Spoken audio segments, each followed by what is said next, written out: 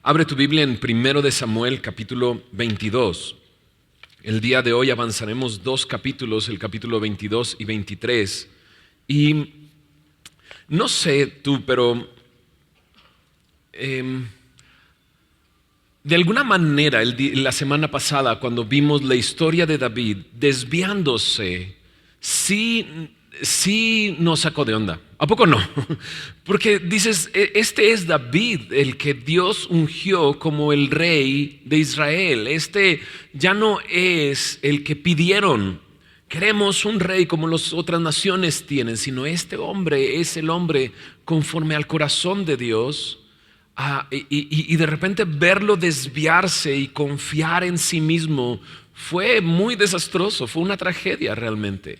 No nada más verlo confiar en sí mismo, sino confiar en su éxito pasado, en sus victorias pasadas, e incluso ir y pensar que con el enemigo sería un buen lugar donde esconderse.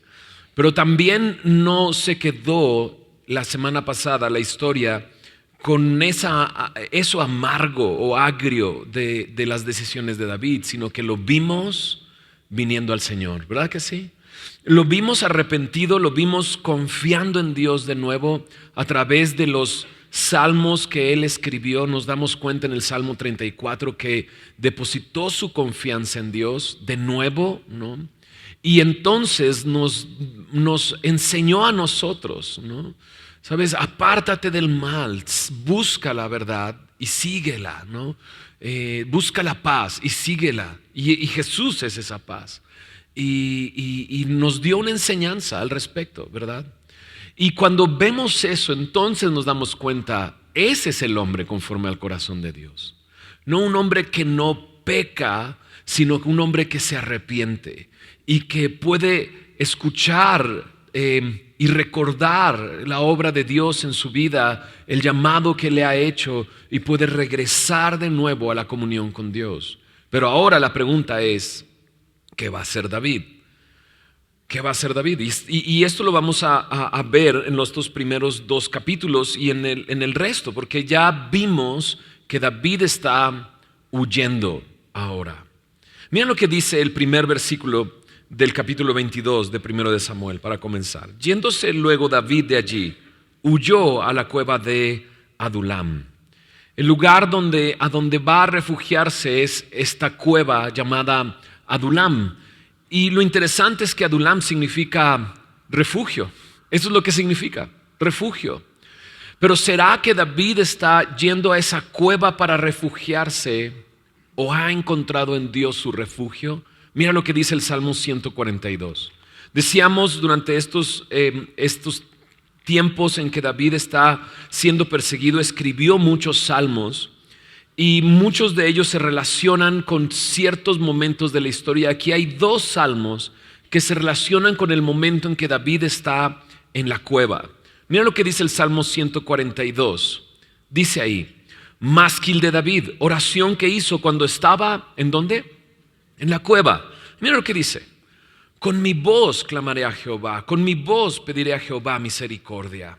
Delante de él expondré mi queja, delante de él manifestaré mi angustia. Cuando mi espíritu se angustiaba dentro de mí, tú conociste mi senda. En el camino en que andaba me escondieron lazo. Mira mi diestra y observa, pues no hay quien me quiera conocer. No tengo refugio, ni hay quien cuide de mi vida. David se encuentra de nuevo solo. Y lo primero que hace es exponer lo que ahora él piensa. Y lo que él piensa es esto: voy a buscar a Dios, eso es lo que voy a hacer. Voy a clamar a Él, voy a venir delante de Él. Ya la angustia no me va a llevar a tomar mis propias decisiones. Pero de repente dice en el verso 4, no tengo refugio. Pero está en la cueva, Adulam, que significa refugio. Y mira lo que dice el verso 5. Inmediatamente dice, clamé a ti, oh Jehová, dije, tú eres mi esperanza y mi porción en la tierra de los vivientes. En la Biblia de las Américas, que es una traducción más literal de la Biblia, dice en este versículo, tú eres mi refugio. Y es que es esa palabra la que utiliza. No tengo refugio, pero inmediatamente después dice, tú eres mi refugio. Tú eres mi porción en la tierra de los vivientes. El resto del salmo dice: escucha mi clamor porque estoy muy afligido. Líbrame de los que me persiguen porque son más fuertes que yo. Saca mi alma de la cárcel para que alabe tu nombre. Me rodearon los justos porque tú me serás, dice, propicio. ¿No? Entonces David está exponiendo su corazón por medio de este salmo y mostrando cómo en un momento él dice: no tengo refugio. Pero en un instante después reconoce que Dios es su refugio. Entonces, aun cuando estaba huyendo y llegó a la cueva de Adulam, su refugio, ¿quién es? Dios. Y sí, es el lugar donde él puede refugiarse. Recordábamos la semana pasada en Colosenses capítulo 3 que nuestra vida está escondida con Cristo en Dios. ¡Qué maravilla! Está nuestra vida escondida con Cristo en Dios. Mira lo que dice otro salmo, porque escribió otro salmo también, el Salmo 57.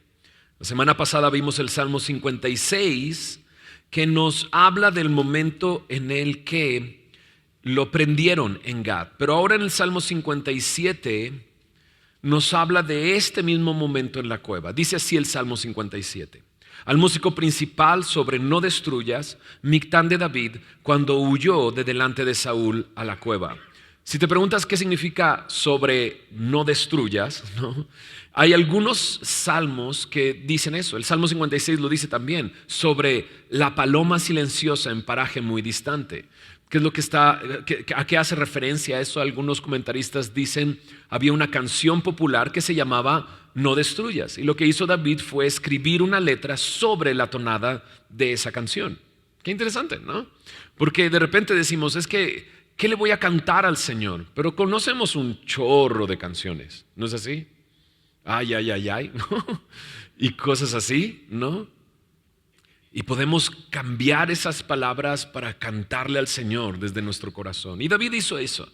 Escribió una canción sobre la tonada de otra canción y él dice estas palabras. Escucha el corazón de David en el Salmo 57. Ten misericordia de mí, oh Dios, ten misericordia de mí. Porque en ti ha confiado mi alma y en la sombra de tus alas me ampararé. Sin duda no es otra cosa sino este reflejo: Dios es mi refugio. En la sombra de tus alas me ampararé, dice, hasta que pasen los quebrantos. Clamaré al Dios Altísimo, al Dios que me favorece. Él enviará desde los cielos y me salvará de la infamia del que me acosa. Dios enviará su misericordia y su verdad. Mi vida está entre leones. Estoy echado entre hijos de hombres que vomitan llamas. Sus dientes son lanzas y saetas y su lengua espada aguda. Exaltado seas sobre los cielos, oh Dios, sobre toda la tierra sea tu gloria. Red han armado a mis pasos, se ha abatido mi alma, hoyo han cavado delante de mí, en medio de él han caído ellos mismos.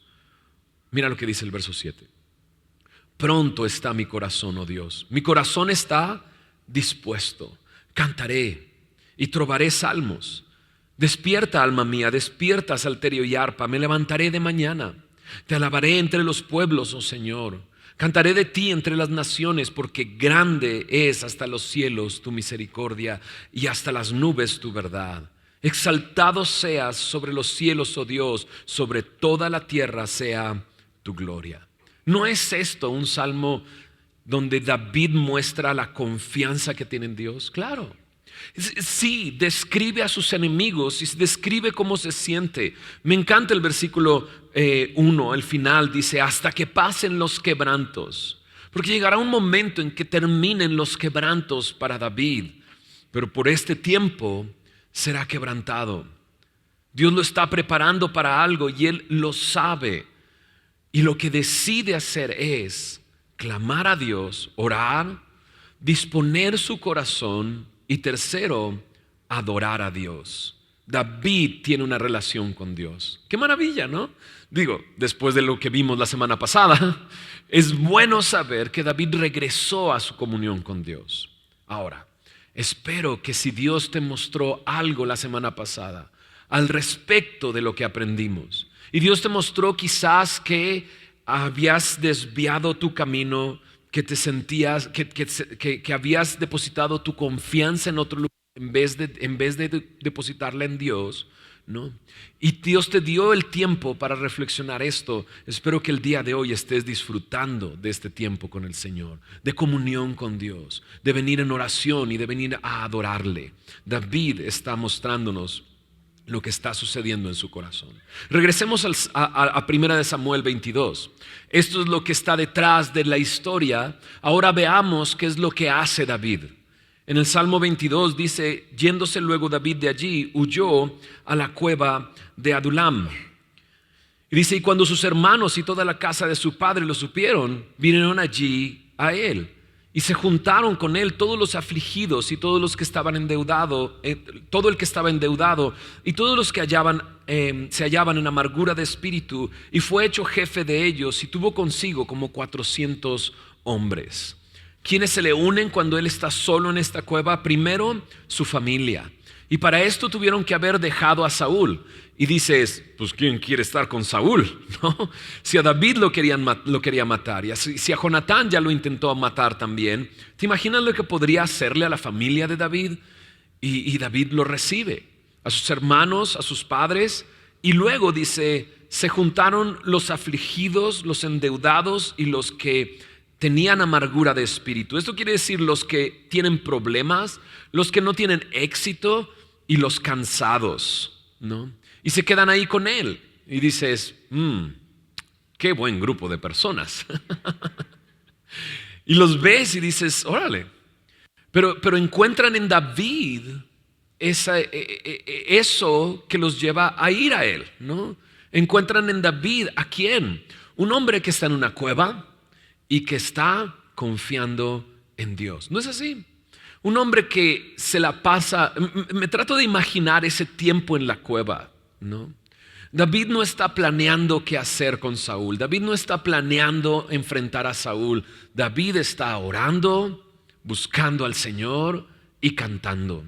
Y lo que esta gente necesitaba era eso, un hombre que tenía puesta su confianza en Dios y atrae a esas personas, ¿no? Pero estos hombres no se van a quedar así. Y eso es lo maravilloso. Cuando comienzas a ver que estos hombres acompañan a David, pareciera que se convierten en personas como David. Mira lo que dice en Primera de Crónicas acerca de estos mismos hombres que le acompañan desde la cueva de Adulam y se convierten en aquellos que serán conocidos como los valientes.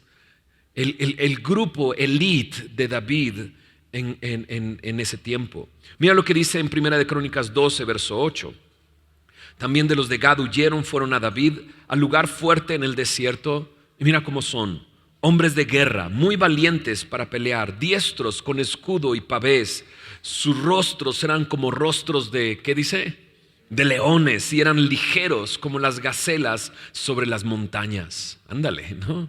Entonces no se quedaron así, sino que fueron transformados. Y sabes, esto lo único que hace es recordarme cómo Jesús llama a los cansados y a los trabajados. En Mateo 11, versículo 28 dice: si estás cansado, si estás trabajado, ven a mí, yo te haré descansar. Y es a este tipo de personas que busca el Señor. De hecho, cuando comienza a dar su enseñanza en el Sermón del Monte, Él dice: bienaventurados los pobres de espíritu, porque de ellos es el reino de los cielos. Y Pablo nos vuelve a confirmar esto una vez más cuando dice: mírense hacia alrededor, no hay muchos sabios, no hay muchos poderosos entre ustedes, sino que Dios escogió lo necio, Dios escogió lo vil, Dios escogió lo menospreciado, lo que no es, de tal manera que dice en 1 Corintios capítulo 1 verso 29 que nadie se jacte en su presencia. Y así es. Cuando venimos al Señor, venimos así. ¿Cómo podríamos venir? De otra manera no vendríamos. Es porque venimos cansados y trabajados. Es porque encontramos que nuestro espíritu está en bancarrota cuando venimos a Él. Pero no nos quiere dejar así. Dios quiere transformarnos a su imagen. Regresemos ahí a 1 Samuel 22. Había como 400 hombres con Él y se convirtió en el jefe de ellos, dice ahí. Y esto se convierte no en un grupo antagonista de Saúl, de ninguna manera. Y lo veremos poco a poco. Verso 3. Y se fue David de allí a Mizpa de Moab y dijo al rey de Moab: yo te ruego que mi padre y mi madre estén con vosotros hasta que sepa lo que Dios hará de mí. Los trajo pues a la presencia del rey de Moab y habitaron con él todo el tiempo que David estuvo en el lugar fuerte. Y la primera pregunta es: ¿Moab? Por favor, o sea, David, fuiste a Gad, ahora vas a Moab. Pero no, hay una historia detrás de esto. ¿Por qué? Porque de hecho la abuela de David es Ruth, y Ruth era moabita, y precisamente va con esta familia de su abuela para cuidar de sus padres, y los deja ahí hasta que dice: sepa lo que Dios hará de mí. Y eso es lo que decíamos. Ahora David ha depositado su confianza en Dios y ahora sabe que Dios hará algo en él. Y la pregunta es: yo sé, tú sabes que Dios quiere hacer algo en nosotros. Y dices: sí, padrísimo, me encanta que Dios quiera hacer algo en mí. Pero conforme vayamos avanzando nos daremos cuenta que Dios hace, pero muchas veces lo hace en medio del desierto, en medio de la persecución, en medio de la prueba. Y eso es lo que va a vivir David. O sea, hasta este momento Dios ha hecho algo en David y ha usado pues a Saúl para tratar con el corazón de David. Ha usado su lejanía o su separación de Samuel y la separación de Jonatán. Y incluso ahora está en una cueva con 400 hombres, pero no está su esposa con él. Más adelante incluso Saúl va a entregar a su propia esposa de David a otra persona. Pero él sabe: Dios hará algo en mí. Y se lo expresa así al rey de Moab: sabes, cuida de mis padres mientras sé qué es lo que Dios hará en mí. Y habitaron con él, dice, todo ese tiempo. Verso 5 dice: pero el profeta Gad dijo a David: no te estés en este lugar fuerte, anda y vete a tierra de Judá. Y David se fue y vino al bosque de Aret. Versículo muy sencillo, pero que me muestra algo muy grande. David está escuchando a un profeta y escucha del profeta: vete a la tierra de Judá. ¿Y cuál es la tierra de Judá? Precisamente donde está Saúl. ¿De quién está huyendo? Pues bueno, estaba huyendo de Saúl en el capítulo anterior y eso lo fue llevando a alejarse hasta llegar con el enemigo. Y ahora está un profeta y le dice: no te vayas ni te escondas, vete a la tierra de Judá. Y David pudo haber dicho: ahí está Saúl, me quiere matar, ¿cómo crees? De ahí estoy saliendo, en este lugar estoy más protegido. Pero no hace eso David. ¿Qué hace David? Obedece, porque su confianza está puesta en Dios. Su refugio no es Adulam, su refugio es Dios. Y aquí nos damos cuenta: cuando hay arrepentimiento y fe, hay un deseo de obedecer a Dios, aun cuando me está pidiendo algo que es difícil y algo que a simple vista puede meterme en problemas. Pero está obedeciendo David. No quiere desviarse. Dios está haciendo algo en mí. ¿Quieres que vaya a la tierra de Judá? Allá voy. Mira lo que dice en el verso 6.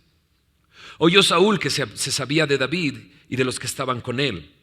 Y Saúl estaba sentado en Gabaa, debajo de un tamarisco sobre un alto, y tenía su lanza en su mano. Y todos sus siervos estaban alrededor de él. Y dijo Saúl a sus siervos que estaban alrededor de él: oíd ahora, hijos de Benjamín, ¿os dará también a todos vosotros el hijo de Isaí tierras y viñas? ¿Y os dará a todos vosotros jefes de millares y jefes de centenas? Para que todos vosotros hayáis conspirado contra mí y no haya quien me descubra al oído cómo mi hijo ha hecho alianza con el hijo de Isaí, ni alguno de vosotros que se duela de mí y me descubra cómo mi hijo ha levantado a mi siervo contra mí para que me aceche tal como lo hace hoy. Y dices: cucú, ¿no? ¿Qué le pasa a este cuate? Este es Saúl y está utilizando sus métodos para poder llegar al lugar donde está David. Pero te das cuenta que sus métodos no son muy buenos, sino que él comienza, y me describe, de hecho, comienza con una lanza en su mano. Y tú sabes que cuando Saúl tiene una lanza en su mano, lo hemos dicho, es una muestra de que él está en autoridad. Pero cuando empiezas a leer la pregunta que les haces, dices, "Oh, no está muy en control, ni siquiera está en control de sí mismo. Al tener una lanza también tenía, imagínate, ¿no? Trae una lanza en su mano. Se la lanzó, se la arrojó a David, se la arrojó a su hijo y está lista para arrojarlo a cualquiera. De hecho, su pregunta tiene esa intención. A ver, hijos de Benjamín, ¿no? Y hijos de Benjamín está hablando de su propia familia. Es como si estuviera él diciendo, ustedes que son de mi familia, ¿ok? Ustedes que somos de la misma sangre, ¿por qué no hay alguien que me diga qué está pasando? ¿Acaso el hijo de Isaí, te acuerdas? Ya no es David, ya no es su yerno, ya no es el que mató a Goliat, ya no es el que ha logrado grandes victorias, sino este hijo de Isaí. ¿A poco les va a dar lo que yo les puedo dar? ¿A poco él les va a dar jefes de millares y de centenas? Y luego en el versículo 8, o sea, solamente empieza a marcar cada vez que aparece en ese versículo mi o me o mi o me. Y te das cuenta que Saúl está pensando en quién. Pues en mí o me, ¿verdad? En él mismo. Y su reacción es, o sea, todos han conspirado contra mí. Todos han conspirado contra mí. Y está acusándolos de traición con la lanza en su mano. Porque nadie me descubre lo que está pasando. Y te das cuenta que Saúl ya no es, o sea, cuando era orgulloso, bueno. Cuando era envidioso, bueno. Pero paranoico, aquí él ya está en una paranoia. Todos conspiran contra mí. Y prácticamente, casi lo alcanzas a ver, llorando y diciendo, nadie me quiere, todos me odian. Básicamente está así. Nadie me quiere, todos me odian. Que nadie se duele de mí. Que nadie tiene compasión de mí. Incluso mi hijo David, mi hijo Jonatán, agarró a mi siervo David y los dos han conspirado contra mí. Todos me odian, nadie me quiere. Esto es un complot. No, no es cierto. O algo así. Esto es una conspiración contra mí. Imagínate. Y dices, ok. Pero sí hay alguien que escucha todo eso y que está dispuesto a entregarlo todo. En el verso 9 dice, entonces Doeg Edomita. Dices, ¿y este quién es? Doeg Edomita es ese hombre que estaba en la ciudad de Nob cuando David llegó con Ahimelech. Entonces Doeg Edomita, que era el principal de los siervos de Saúl, lo conocimos como el Edomita y eso quiere decir que es de la familia de Esaú y estos son contrarios a Israel. Este es un hombre gentil. Y en el capítulo anterior lo conocimos como el principal de los pastores de Saúl. Ahora está aquí como el principal de los siervos de Saúl. Respondió y dijo, yo vi al hijo de Isaí. Me encanta porque se identifica inmediatamente. Ese hijo de Isaí. Y dice, yo vi al hijo de Isaí. No le dice David, sino que dice, conozco tu dolor, Saúl. Es el hijo de Isaí al que vi. Y checa lo que dice. Yo vi al hijo de Isaí que vino a Nob, a Ahimelech, hijo de Ahitob, el cual consultó por él a Jehová. Le dio provisiones y también le dio la espada de Goliat, el filisteo. Está diciendo la verdad, Doeg, pues sí y no. O sea, sí le dio provisiones, sí le dio una espada, pero solamente lo vio en ese lugar y vio que fue lo que le dio, pero no lo escuchó realmente, no escuchó lo que David estaba diciendo, ni mucho menos tiene la certeza de que hubiera consultado a Dios por él. Pero con esto, Doeg se está aliando con Saúl y le está diciendo, yo entiendo y claro, sí, implicó que Ahimelech está unido con David. Y este hombre es eso. Es un hombre que es inteligente. ¿Quieres una conspiración? Yo sé de esto. Y cuidado, siempre habrá gente a nuestro alrededor que te dice lo que quieres oír y que le añade a la paranoia. Sí, claro, yo lo vi. A mí tampoco me saludó. Seguro es porque piensa que estoy contigo y por eso no me saludó. Y empieza a crear toda una conspiración. Y lo único que quiere Doeg es promoverse. Y no solamente eso, sino que se está mostrando delante de todos los demás, los hijos de Benjamín, como alguien que sí sabe y conoce el dolor de Saúl. Y dime, si ya estás en nadie me quiere, todos me odian, todos han conspirado contra mí, y escuchas algo así, o sea, la mecha ya está encendida, lo único que está haciendo es acelerar el proceso. Y entonces dice el rey, dice el verso 11, envió por el sacerdote Ahimelech, hijo de Ahitob, y por toda la casa de su padre, los sacerdotes que están en Nob, y todos vinieron al rey. Y Saúl le dijo, oye ahora, hijo de Ahitob. Órale, ya no es Ahimelech, es el hijo de Ahitob. Y ves cómo está Saúl. Y le dijo, heme aquí, señor mío. Él no tenía ni idea, ¿verdad? Y le dijo Saúl, ¿por qué habéis conspirado contra mí? Tú y el hijo de Isaí, cuando le diste pan y espada y consultaste por él a Dios para que se levantase contra mí y me acechase como lo hace hoy día. No me imagino a Saúl cómo está diciendo estas cosas. O sea, me refiero, sí me lo imagino. Pero imagínate cómo estaba. O sea, lo escucho gritando las frases, porque él ya está pensando, David está aquí atrás, acechándome, buscándome para matarme. ¿Y David está haciendo eso? No. Pero él sube la voz, me lo imagino así, subiendo la voz, para que se levantase contra mí y me acechase, ¿no? Pues si estás por ahí, ya te descubrí, prácticamente. Y escucha esto, Ahimelech. Y Ahimelech le dice, entonces Ahimelech respondió al rey y dijo, ¿y quién entre todos tus siervos es tan fiel como David, yerno también del rey, que sirve a tus órdenes y es ilustre en tu casa? ¿He comenzado yo desde hoy a consultar por él a Dios? Lejos sea de mí. No culpe el rey de cosa alguna a su siervo, ni a toda la casa de mi padre, porque tu siervo ninguna cosa sabe de este asunto, grande ni pequeña. Y es que David le había ocultado todo, ¿te acuerdas? Le había dicho mentiras. O sea, para Ahimelech, David estaba en una misión que Saúl le encargó y fue apremiante esa misión, que no tomó ni siquiera alimento o armas para ir a esta misión.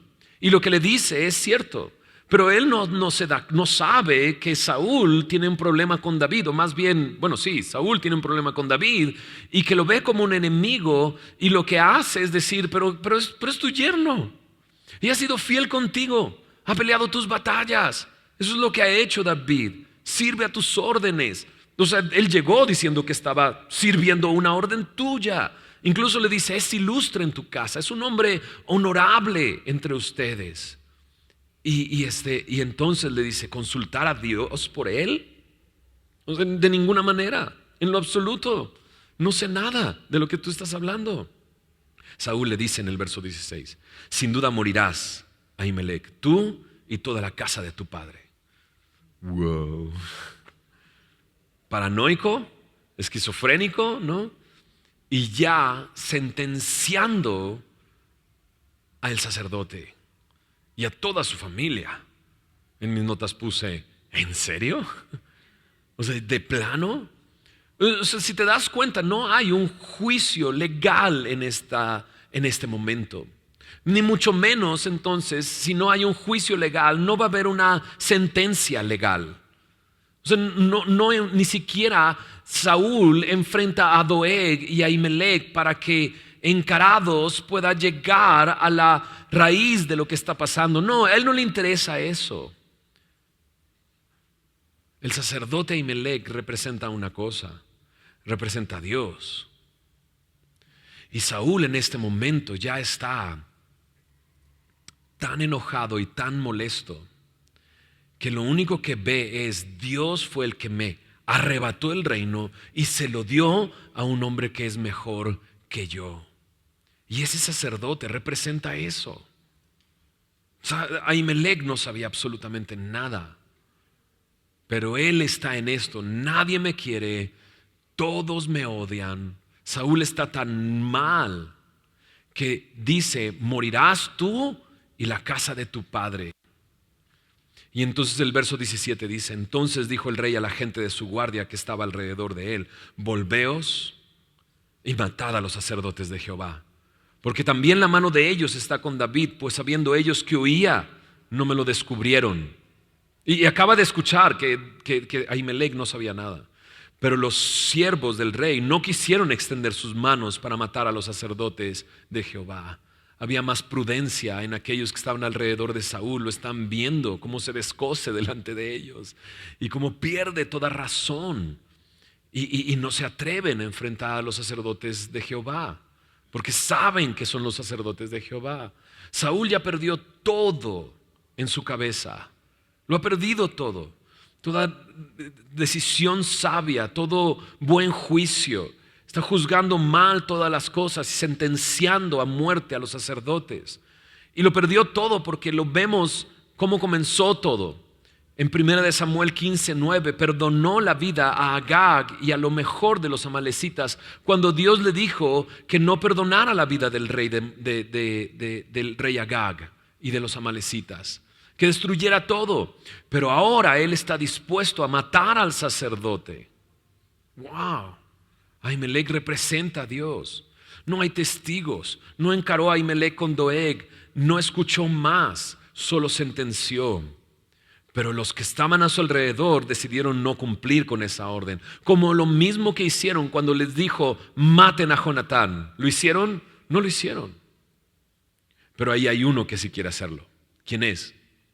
Mira lo que dice el verso 18. Entonces dijo el rey a Doeg: vuelve tú y arremete contra los sacerdotes. Y se volvió Doeg el edomita, acometió a los sacerdotes y mató en aquel día a 85 varones que vestían efod de lino. Y a Nob, ciudad de los sacerdotes, hirió a filo de espada, así a hombres como a mujeres, niños, hasta los de pecho, bueyes, asnos y ovejas, todo lo hirió a filo de espada. Doeg no tiene ningún temor. Doeg es edomita, es un gentil, es un enemigo de Israel. Y lo único que viene a mi mente es: Samuel, tú ya estás viejo. Tus hijos no andan en tus caminos. Queremos un rey como lo que tienen todas las demás naciones, y aquí está el rey.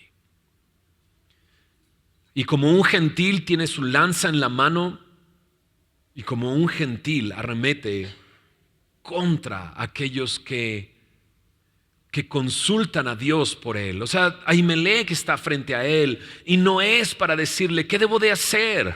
Estoy perdido en esto. No, lo mata. Y mata a toda su familia, a sus mujeres, a sus hijos, a todas las mujeres de la ciudad de Nob. Las mató. Y Doeg estaba dispuesto a hacerlo porque no le pesa hacerlo. No son importantes para él los sacerdotes de Jehová. Él adora a otros dioses y los mata a 85. ¿Cuánto tiempo le tomó matar a 85 hombres? ¿Cuánta sangre derramada? Mujeres, niños, hombres, todo. Lo que Dios le había pedido a Saúl hacer con los enemigos de Dios, Saúl se atreve a hacerlo a través de Doeg por su orgullo, su soberbia, su envidia, su paranoia. En el Salmo 52 está lo que David escribe acerca de Doeg. Le dedicó una canción, como buen rapero, le dedicó una canción. Salmo 52 dice: al músico principal, másquil de David, cuando vino Doeg edomita, dio cuenta a Saúl diciéndole: David ha venido a casa de Ahimelech. Es este momento. Dice: ¿por qué te jactas de maldad, oh poderoso? La misericordia de Dios es continua. Agravios maquina tu lengua, como navaja afilada hace engaño. Amaste el mal más que el bien, la mentira más que la verdad. Has amado toda suerte de palabras perniciosas, engañosa lengua. Por tanto, Dios te destruirá para siempre.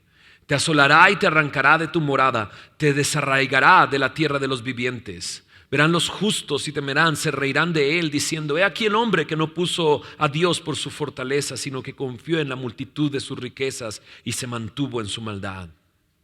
Pero yo estoy como olivo verde en la casa de Dios. En la misericordia de Dios confío eternamente y para siempre. Te alabaré para siempre porque lo has hecho así, y esperaré en tu nombre porque es bueno delante de tus santos, le dice a Dios. ¡Wow! Ok. David expresó lo que sentía por Doeg. Lo menciona como aquel que va a recibir el justo juicio de Dios. Pero expresa al final cómo él está enfocado en Dios y confiando plenamente en Dios. Cuando sucede esto, entonces vuelve la atención hacia David. Qué momento y qué escena tan trágica y tan fea, ¿verdad que sí? Saúl, Doeg y toda su paranoia y su esquizofrenia. Verso 20 dice: pero uno de los hijos de Ahimelech, hijo de Ahitob, que se llamaba Abiatar, escapó y huyó tras David. O sea, ¿a quién va a ir? ¿Con quién va a refugiarse? Y dice: y Abiatar dio aviso a David de cómo Saúl había dado muerte a los sacerdotes de Jehová. Y dijo David a Abiatar: yo sabía que estando allí aquel día Doeg el edomita, él lo había de hacer saber a Saúl. Yo he ocasionado la muerte a todas las personas de la casa de tu padre. Quédate conmigo, no temas.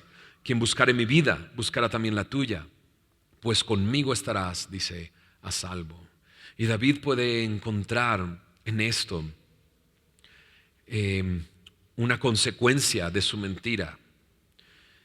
Ahora, no podemos dejar solamente en David la responsabilidad. Saúl está loco, ¿verdad que sí? Saúl está mal. Saúl ha tomado esas decisiones. Doeg es el que ejecutó su sentencia. Pero David puede darse cuenta que por su mentira ha llegado a esta consecuencia. Pero me encanta como le dice David a Abiatar: quédate conmigo, estarás a salvo. Y esta es la gran diferencia entre Saúl y David, porque a Saúl le dijo a Ahimelech, ¿qué cosa? Sin duda morirás. Pero David le dice a Abiatar: conmigo estarás a salvo. O sea, yo estoy dispuesto a dar mi vida por ti. Es lo que le está diciendo David. Y sí, podemos voltear hacia atrás y decir: si Ahimelech hubiera sabido la verdad, si David hubiera llegado y le hubiera dicho la verdad, quizás hubiera podido unirse a David, ¿no? Quizás hubiera estado en otra posición muy distinta. Quizás se hubiera muerto Ahimelech, pero de una manera más honorable. David ahora confía en Dios, porque cuando no lo hizo, pecó y hubo consecuencias, y estas son. Pero David no volverá a hacer lo mismo. Él puede expresar en el Salmo 52: mi confianza está en Dios, estoy enfocado en Él. Y ahora tiene a Abiatar, el único sacerdote. Y ahora tiene el efod consigo mismo. Veremos en unos momentos que esto es lo que rescató a Abiatar. Y el efod no es otra cosa sino la manera en que en ese tiempo se consultaba a Dios. Y sabes, nosotros podemos ver las consecuencias de nuestro pecado, voltear atrás y pensar: ojalá hubiera hecho esto, ojalá hubiera decidido esto. Pero el ojalá, pues ojalá, ¿no? Y ya no lo hicimos. Y a lo mejor estoy viviendo consecuencias de decisiones que tomé atrás, pero es el momento de decir: yo confío en el Señor. Soy como un olivo verde junto a Él. Porque sin duda lo que tiene David ahora, lo tenemos tú y yo el día de hoy. Tenemos la manera de consultar a Dios, que es su palabra. Él nos ha dejado su palabra y puedo venir a Él todo el tiempo para conocer qué es lo que Él quiere de mí. Y no solamente tengo la palabra de Dios, sino tengo al Hijo de Dios. Tengo a Jesucristo, que Él es el gran sumo sacerdote, el que dio su vida por mí, en el cual están escondidos todos los tesoros de la sabiduría y del conocimiento. Y puedo venir a Él y consultar a Él. Pero todavía no termina. Mira lo que dice el verso 23. Dieron aviso a David diciendo: he aquí que los filisteos combaten a Keila y roban las eras. Y dices: los filisteos combaten a Keila y roban las eras. Keila es una ciudad. Y le dan aviso a David. La pregunta es: ¿por qué no le dan aviso a Saúl? No, pues porque Saúl está loco. Saúl está paranoico. Saúl tiene una agenda y es acabar con su enemigo, según él, que se llama David. Está perdido en todo esto. Pero David es el futuro rey. Y le dan aviso a David. Y esto encuentro una cosa. Le dicen a David porque David está localizable, por así decirlo, en la tierra de Judá. Y eso es interesante. Porque lo dijimos hace unos momentos. profeta Gad le dijo eso, ¿no? Vete a la tierra de Judá, no te quedes aquí. Y ahora está en un lugar localizable para poder ayudar a sus hermanos, y los filisteos están combatiendo a Keila y le avisan a David. Y mira lo que dice el verso 2. Y David, ¿qué dice? Consultó a Jehová. Maravilloso, ¿verdad que sí? Diciendo, ¿iré a atacar a estos filisteos? Y Jehová respondió a David, ve, ataca a los filisteos y libra a Keila. Pero los que estaban con David le dijeron, entonces David llega con los demás y le dicen, vamos a liberar a Keila de los filisteos. Y ellos le dijeron, he aquí que nosotros aquí en Judá estamos con miedo. ¿Cuánto más si fuéramos a Keila contra el ejército de los filisteos? ¿No? Y dices, no que eran valientes. Se están convirtiendo en valientes. Pero hasta este momento tienen miedo y dicen, tenemos miedo de Saúl y ahora quieres que vayamos a pelear contra los filisteos. Me encanta David porque dice el verso 4, entonces David volvió a consultar a Jehová. Y Jehová le respondió y dijo, levántate, desciende a Keila, pues yo entregaré en tus manos a los filisteos. Y me encanta esto, porque David no actuó con soberbia. Yo ya escuché a Dios y Dios dijo que fuéramos. Ustedes no me hicieron jefe de todos ustedes. ¿Que no tienen fe? Sino que David con humildad va y busca a Dios en una segunda ocasión. Y me encanta porque en esta segunda ocasión Dios entonces le da una promesa. Yo entregaré en tus manos a los filisteos. Y le asegura la victoria. Y es regresar a ese momento en que David le dice a Goliat, Jehová te entregará hoy a mi mano. Al final de este momento en que David le dice a Goliat, dice, y Jehová, Él os entregará en nuestras manos a todos ustedes.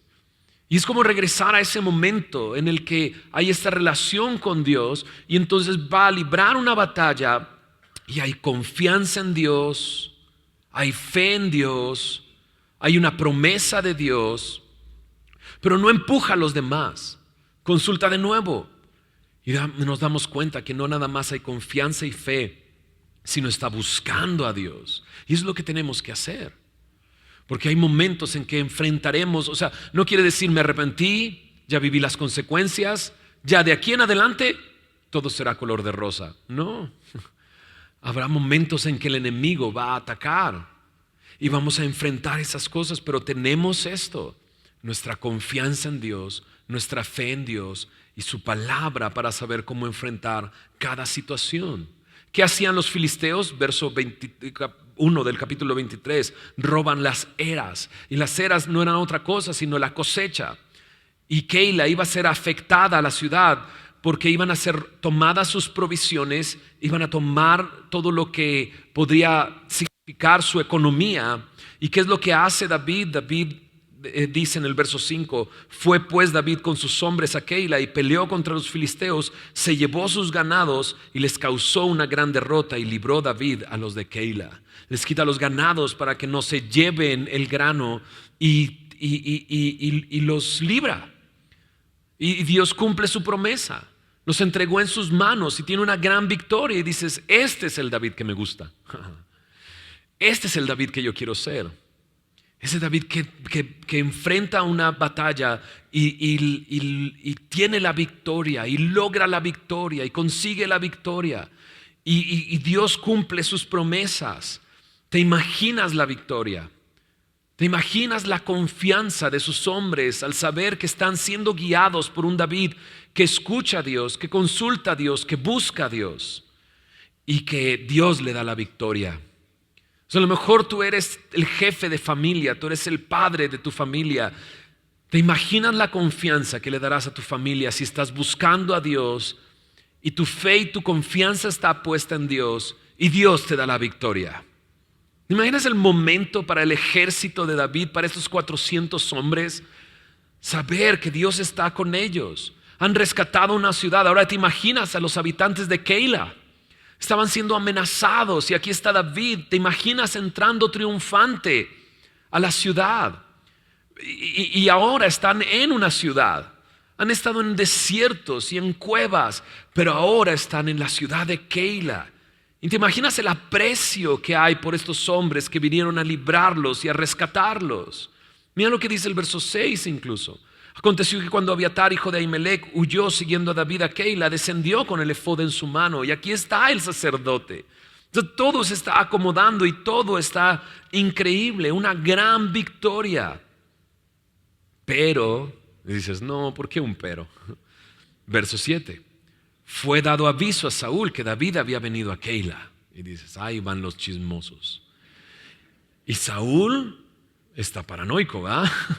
Entonces dijo Saúl, checa las palabras de Saúl: Dios lo ha entregado en mi mano, pues se ha encerrado entrando en ciudad con puertas y cerraduras. Y convocó Saúl a todo el pueblo a la batalla para descender a Keila y poner sitio a David y a sus hombres. Y dices, no, todo estaba bien. Pero aquí está Saúl de nuevo.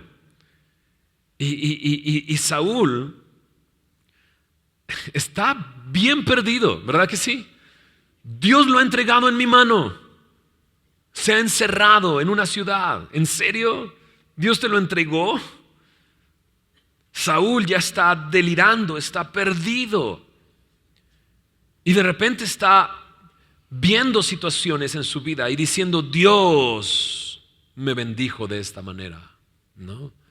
Pero no, él no está recibiendo ninguna bendición de Dios. El que está recibiendo las bendiciones de Dios es David. Le ha dado la victoria. Dios le habla, tiene el sacerdote, tiene el efod, tiene su confianza puesta en Dios. A Saúl no lo está bendiciendo Dios. A David es el que está Dios bendiciendo. Y Saúl no puede ver, está completamente engañado, paranoico, perdido. Me lo entregó Dios. No. Tenemos que tener cuidado de estar tan alejados de Dios que venimos a su palabra y pensamos, claro, ¿no? O sea, yo he escuchado a hombres que tienen problemas en su matrimonio, ¿no? Y que de repente llegan y ya Dios me habló. Tienen problemas en su matrimonio y llegan y dicen, Dios me habló. Dios ya me mostró que me equivoqué casándome con esta mujer. Esta no es la mujer que Dios tenía para mí, ¿no? Y ya me mostró que Él quiere darme la mujer que Él quiere. Ajá, ¿estás delirando? Estás perdido. Tu orgullo y tu paranoia te está llevando a pensar que Dios te está bendiciendo. No es así. Bueno, ¿y cómo saber que la mujer con la que estoy casado es la que Dios quiere con la que esté casado? Nada más ve al acta de matrimonio. ¿Ok? Lees su nombre y dices, sí es la mujer que Dios quiere con la que pase toda mi vida, ¿no? Dices, pero nadie me quiere y todos me odian en mi propia familia. Ojo, cuidado, mucho cuidado. Saúl está totalmente perdido. Ahora, imagínate qué tan perdido está, que convoca a todo el pueblo, vayamos a la batalla en contra de Keila. Y dices, o sea, los filisteos estaban invadiendo a Keila y no hiciste nada. Pero ahora David está ahí adentro y vas a hacer una guerra contra Keila. Este es Saúl.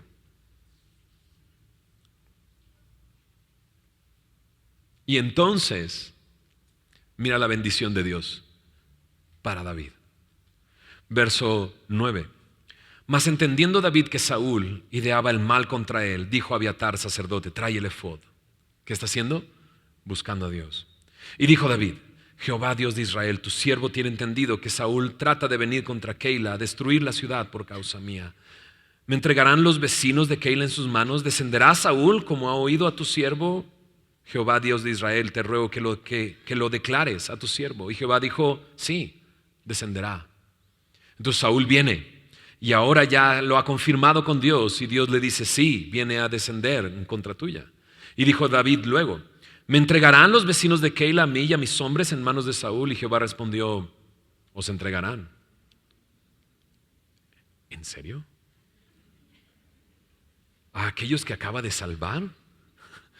¿A aquellos que les acaba de evitar la ruina económica y la falta de provisiones por toda una temporada? ¿Lo van a entregar? Creo que me equivoqué diciendo que Dios lo iba a bendecir, ¿verdad? Pero no. no me equivoqué, Dios lo está bendiciendo. Pero no era Saúl el que no bendice, ¿no? Y que cree que está siendo bendecido por Dios. Y aquí ves a David y aquellos a los que acaba de salvar lo van a traicionar y lo van a entregar en manos de Saúl para que lo mate. ¿Y eso es la bendición de Dios? La respuesta es sí. El problema no es lo que está sucediendo. El problema es nuestra perspectiva de las cosas. Ese es el problema. Las pruebas que Dios trae a nuestra vida son bendiciones que Dios quiere traer a nuestra vida para transformarnos y para cambiarnos, ¿no? Y dices, bueno, Dios, no me bendigas tanto, Señor, ¿no? Porque estoy prueba tras prueba. Pero sabes, el problema no es la prueba, el problema es la perspectiva que tienes de la prueba. Y darnos cuenta que Dios está ahí en medio de ella, en medio de esta prueba. Es Dios el que le está diciendo, sabes, sí, Saúl viene contra ti y sí, te van a entregar. ¿Me entregarán los de Keila? Sí. ¿Los que acabo de salvar? Sí. ¿Me van a traicionar? Sí. ¿Y qué hace David? Mira lo que dice en el verso 13. David entonces se levantó con sus hombres, que eran como 600. ¿Antes eran cuántos? 400, ahora son 600. Y salieron de Keila y anduvieron de un lugar a otro. Y vino a Saúl la nueva de que David se había escapado de Keila y desistió de salir, ¿no? ¿Qué hizo David? Se levantó y se fue. Dice, anduvo de un lugar a otro. Y te das cuenta, David es ese olivo verde. David es ese que está pegado a la fuente, pegado al Señor, confiando en el Señor. Su hoja no cae. Todo lo que hace prosperará, ¿no? Da fruto a su tiempo y ves el fruto de humildad en David. Porque David pudo enojarse con Dios. ¿Y cuántos no hacemos eso? David pudo fácilmente decirle a Dios, Señor, tú me trajiste a este lugar. O sea, no se vale. Tú me dijiste que ibas a entregar esta ciudad en mis manos y vine e hice lo correcto. Lo único que estoy haciendo es obedecerte, Señor. Y ahora estoy encerrado aquí y Saúl viene contra mí. Pero David no hace eso, no se enoja con Dios. Con humildad consulta a Dios. Y David no se enoja con el pueblo. Ah, mira, malagradecidos, los acabo de salvar y ahora me van a entregar. Ya sé lo que están planeando. Pero no es así tampoco. Deberían de estar agradecidos y estar listos para luchar en contra de Saúl con David, porque han visto la capacidad que Dios le ha dado a David frente a sus enemigos, pero no es así. David con humildad se levanta y se va. David no toma el asunto en sus manos. ¿Podría David contra Saúl desde esa ciudad? Muy probablemente, sí. Había acabado con los enemigos, con los filisteos. Podría acabar con Saúl y paranoico como está. O sea, imagínate, no se atrevieron a matar a los sacerdotes. La gente lo va a abandonar y probablemente pueda enfrentarlo y podría ganar. Pero David con humildad sale de ahí. Quiere evitar una masacre en esta ciudad. Se levantó con 600 hombres y se fue. ¿Y a dónde va? Al desierto. Y dices, de nuevo en el desierto, de nuevo para andar de aquí a allá. Saúl cuando se entera dice, y olvida de irse contra Keila. Pero mira lo que dice el verso 14. David se quedó en el desierto, en lugares fuertes, se habitaba en un monte en el desierto de Sif. Y lo buscaba Saúl, ¿cuántos días? Todos los días. El enemigo es persistente. Loco, egoísta, paranoico, pero persistente. Con un objetivo, matar a David. Saúl todos los días lo buscaba. Pero, y dices, no, un pero este pero es bueno. Pero Dios no lo entregó en sus manos, ¿no? Entonces, nos damos cuenta. ¿Qué es lo que tenemos que hacer? Después de arrepentirnos y de volver a poner nuestra fe en el Señor, necesitamos estar buscándole, confiando y descansando en Él. Quizás, no, más bien, el problema no es con la situación que estoy viviendo, el problema es con la perspectiva que tengo de la situación que estoy viviendo. Porque Dios nos bendice y está con nosotros. El enemigo busca atacarnos todo el tiempo. El problema es que no nos gustan los desiertos. No nos gusta la incomodidad. Pero ¿te acuerdas lo que dijo David al rey de Moab? Cuídame a mis padres hasta que sepa qué es lo que Dios hará en mí. Y esto lo está haciendo Dios en medio del desierto. No nos gustan los desiertos, pero ahí es donde Dios quiere hacer algo con nosotros. David pasa por el desierto, la persecución de Saúl, la traición de Keila, y es difícil, es un desierto. Pero cuando volteamos a ver a aquel que representa a David en el Antiguo Testamento, que es Jesús, nos damos cuenta que Jesús también pasó por el desierto. La persecución de los líderes religiosos y la traición de Judas, y fue difícil porque es un desierto. Y nosotros no la tenemos distinta. Mira lo que dice Juan capítulo 15 en el versículo 20. Juan 15, verso 20, dice Jesús: acordaos de las palabras que les he dicho, el siervo no es mayor que su Señor. Si a mí me han perseguido, también a vosotros os perseguirán. Si han guardado mi palabra, también guardarán la vuestra. Dice el verso 21, mas todo esto os harán por causa de mi nombre, porque no conocen al que me ha enviado.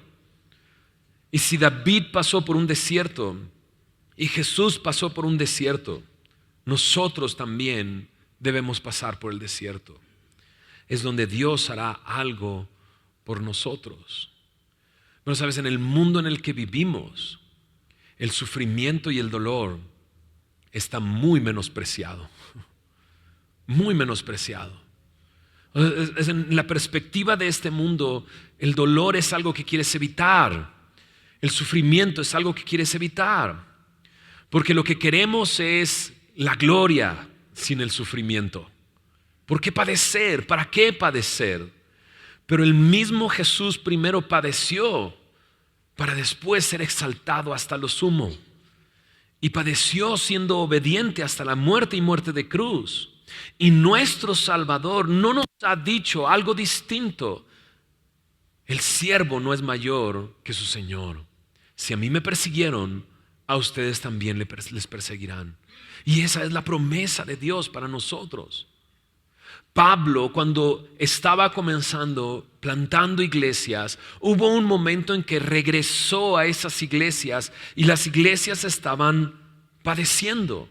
Era difícil, había persecución. Y en Hechos capítulo 14, versículo 22, Pablo les dice que confirmaba los ánimos de los discípulos, los exhortaba a que permanecieran en la fe. Y Pablo lo que quiere es animar a la gente y les anima diciendo: es necesario que a través de muchas tribulaciones entremos en el reino de Dios. Y dices: Saúl, necesitas escribir mejores frases porque esas frases no animan a nadie. Pero es lo que necesitamos escuchar. Es necesario. No nos gusta, pero es necesario. Es donde Dios hace su obra en nosotros. Es donde Dios trabaja en nosotros, en nuestro carácter, en el centro de nuestro ser, donde Dios quiere transformarnos, donde Dios quiere que mostremos el fruto de lo que hemos creído. Veces dudamos y pensamos: no, esto no es para mí. Pero sí, es para nosotros. Dice que Pablo les animaba a permanecer en la fe. Estás en la tribulación, es necesario pasar por ahí. No es esto mi cruz, ¿no? De esta manera voy a ganarme la salvación. No. Es porque ya Dios me ha salvado que me está bendiciendo. Y dices: ok, pero así es. Ya hemos sido salvados. Pero ¿cuánto de nosotros tiene que ser transformado? Si Dios quiere hacer su imagen en nosotros, ¿cuánto tiene que quitar de nosotros? Hace muchos años escribí una canción porque tenía esta imagen en mi mente de cómo Dios lo que está haciendo es haciendo su imagen, y lo pensaba como un hombre haciendo una escultura. Y cuando comienza a hacer la escultura de un hombre, tiene que cortar pedazos grandes y luego ir a lo fino. Y de repente veía cómo Dios estaba trabajando en mí y decía, bueno, Señor, tú estás quitando un pedazo bien grande de mí. Y es doloroso, y tiene que usar el cincel y tiene que usar el martillo. Es en el desierto donde Dios quiere hacer algo en nosotros. Pablo le dice a Timoteo en 2 de Timoteo 3:12, todos los que quieren vivir piadosamente en Cristo Jesús padecerán persecución. David está dispuesto a consultar a Dios, dispuesto su corazón a permanecer en Dios y su confianza puesta en Dios. Y Dios le dice, ok, vamos. ¿Estás dispuesto? Vamos. Y si tú le has dicho a Dios, estoy dispuesto, Señor, a que tú hagas tu obra en mí, entonces Dios te dice, venga, vamos. Todos los días va a estar encima de ti, pero yo voy a estar contigo y no te voy a entregar en sus manos. Yo voy a estar contigo. Dios estaba con él, y así nosotros padecemos, pero Dios está con nosotros.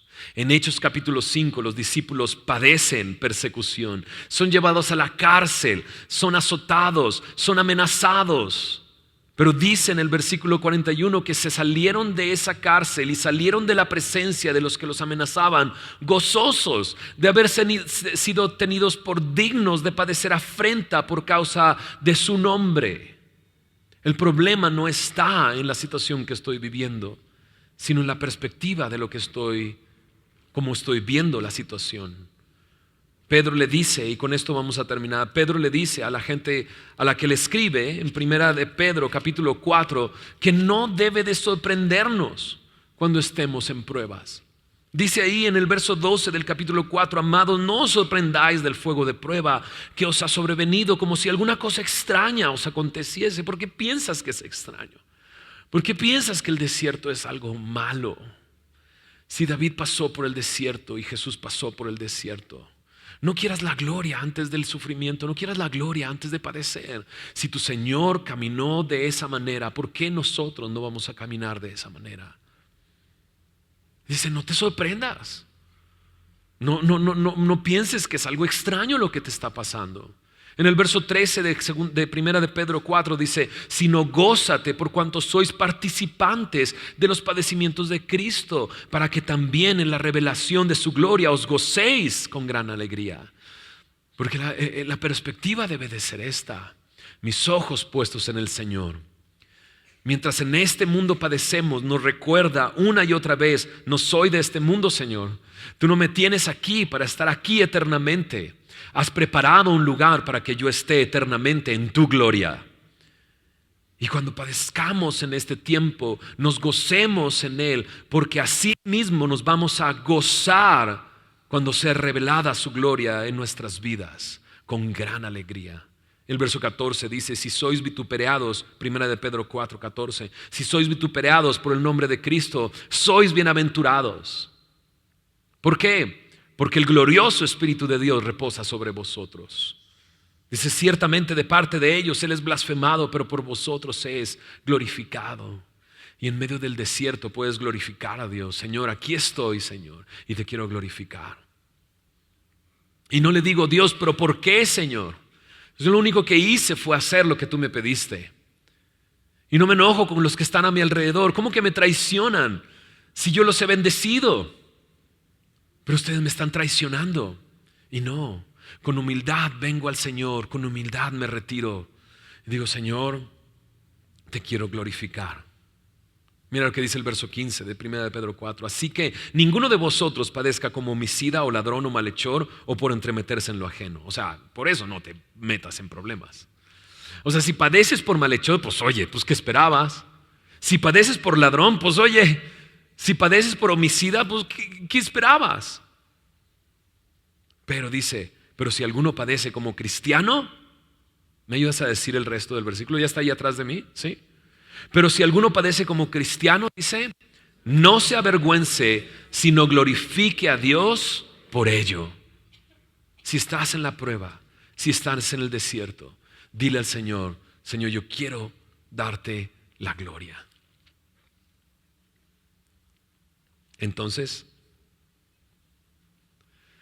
¿te atreverías a decirle al Señor, ¿me puedes bendecir más? Quiero que me transformes, quiero glorificarte a ti en este mundo y que todos sepan que tú, mi Dios, estás conmigo. ¿Oramos? Señor, gracias por tu palabra, gracias por este tiempo. Y Señor, sin duda es maravilloso ver a David regresando a ti, regresando a la comunión contigo. Ese es un hombre conforme a tu corazón. Y Señor, si la semana pasada nos mostraste que nos hemos desviado y hemos decidido venir a ti, Señor, en arrepentimiento y fe, para regresar a nuestra comunión en ti, Señor.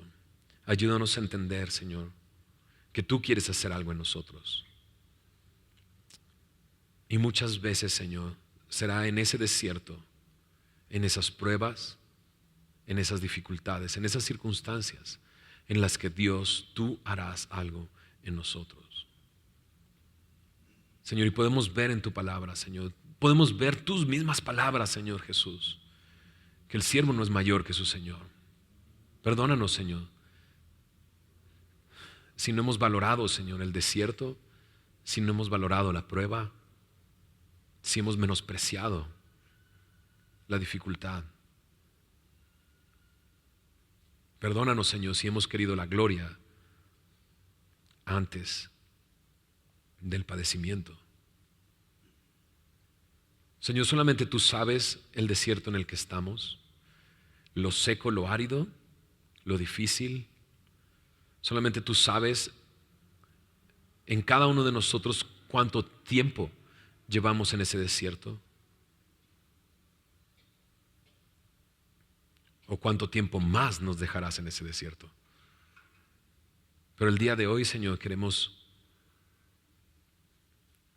decirte, queremos glorificarte. Queremos darte la gloria, Señor.